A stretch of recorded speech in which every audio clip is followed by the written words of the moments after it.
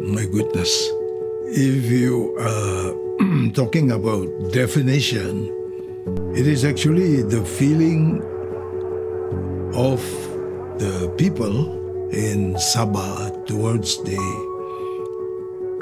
present then situation, which actually angered them, which created dissatisfaction among the people generally in Sabah. Therefore, because of that anger, dissatisfaction, they begin to go against the powers that be. That created the 1985 spirit, as you put it. But spirit of 1985 did not just happen spontaneously. It was actually brought in through quite a number of years, because Sabah unfortunately started politics in a new environment without the necessary, background information, background knowledge, the implications, the impact. At that time, I just returned from my studies in the United States.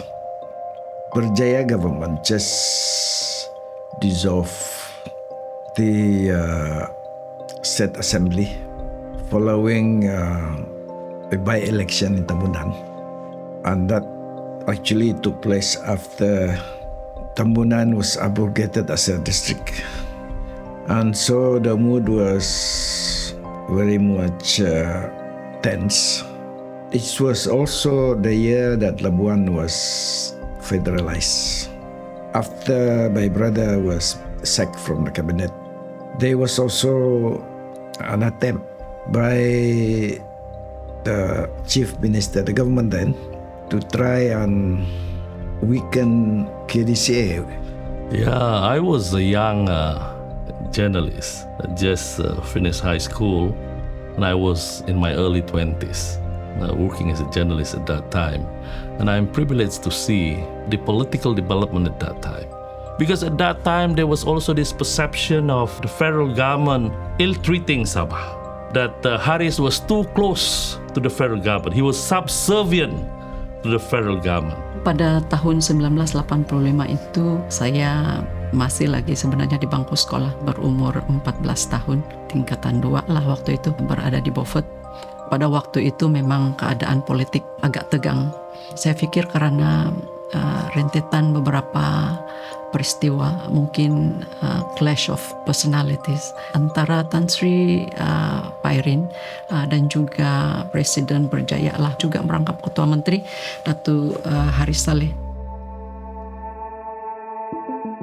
Well, having just graduated, very, very young and very idealistic, I was working actually in Queen Elizabeth Hospital as a young houseman when they formed the party in 1985. I think the main thing that united them, the feeling of being oppressed, unity initially was basically among the Kadazan Dusun or the non-Muslim areas.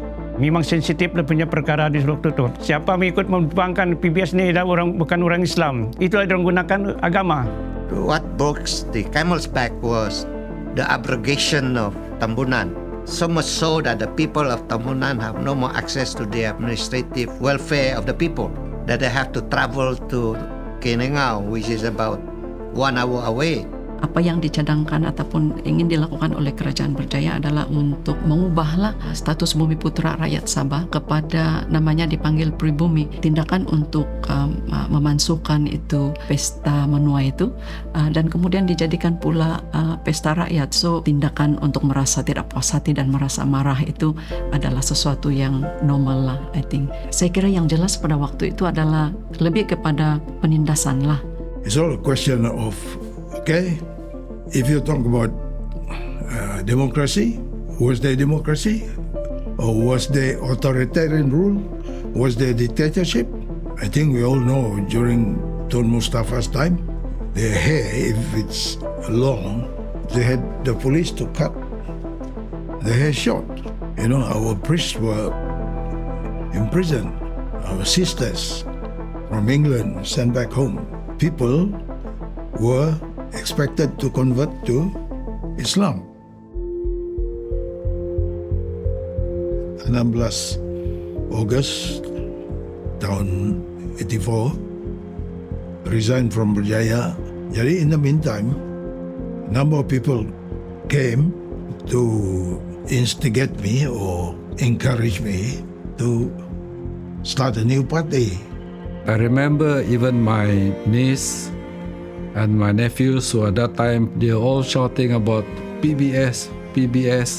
They can feel that there's a freedom somewhere around there. The handshake was a very effective symbol of unity, a symbol of human touch. Wave ataupun gelombang yang dibawa itu begitu besar sehingga hampir tidak diketahui bahwa ada satu semangat perubahan yang ingin dibawa oleh orang Sabah pada waktu itu. Even the shake hand of that hands pun, kalau orang shake hand sahaja, orang sudah tahu dan orang gembira, seeing your eyes, kan macam begitu, dan orang faham sudah. The machinery, the funds of Berjaya,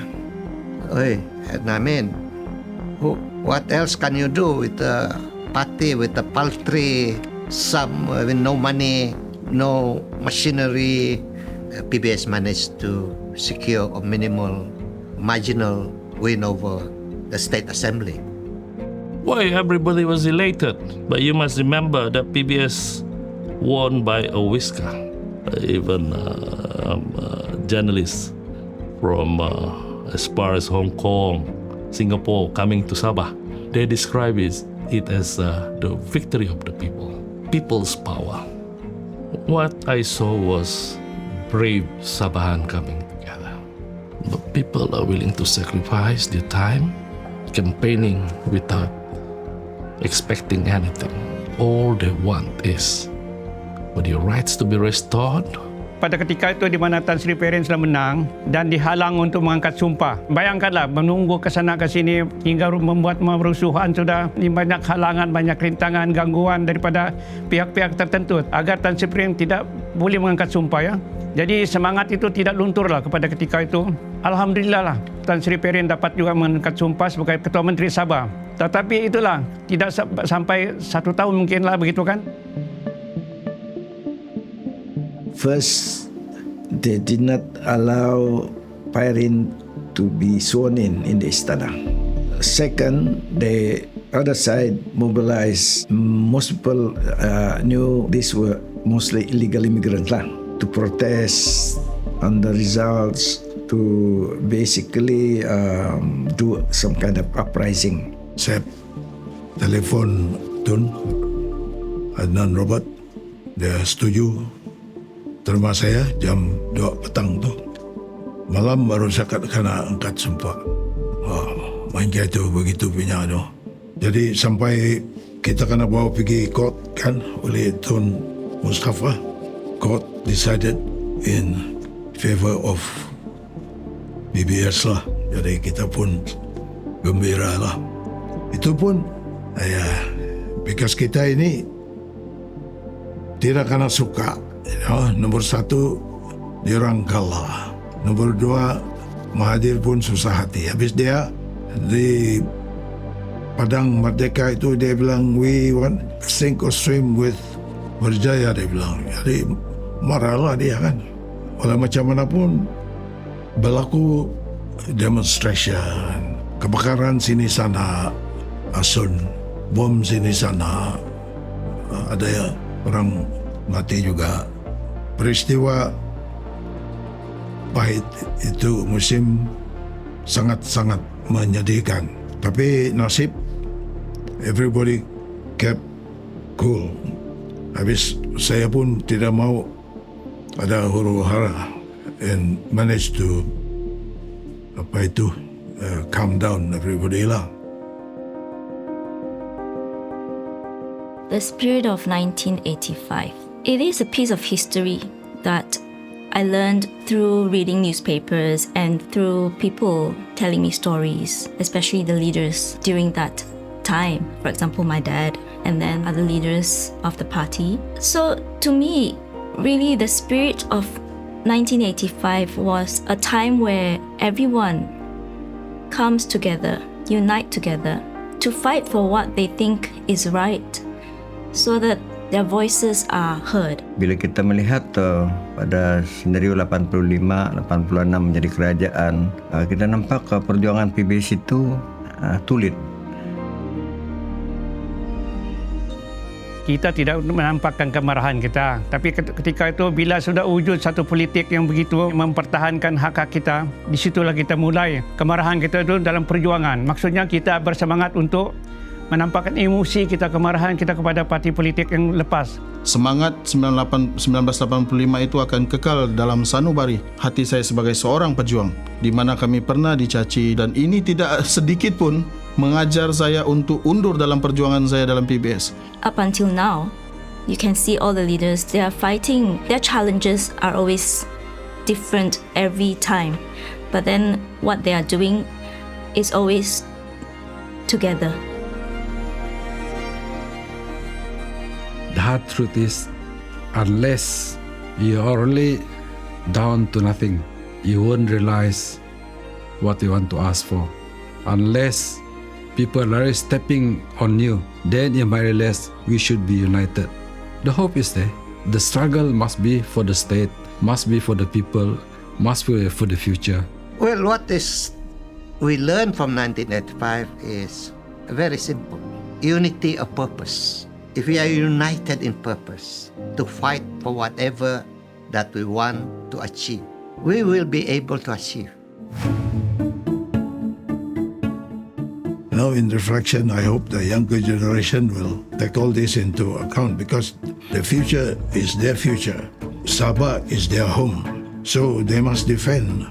When we ask whether this Semangat 1985 can be revived, it's up to the younger generation. They must look at the past and learn from the past.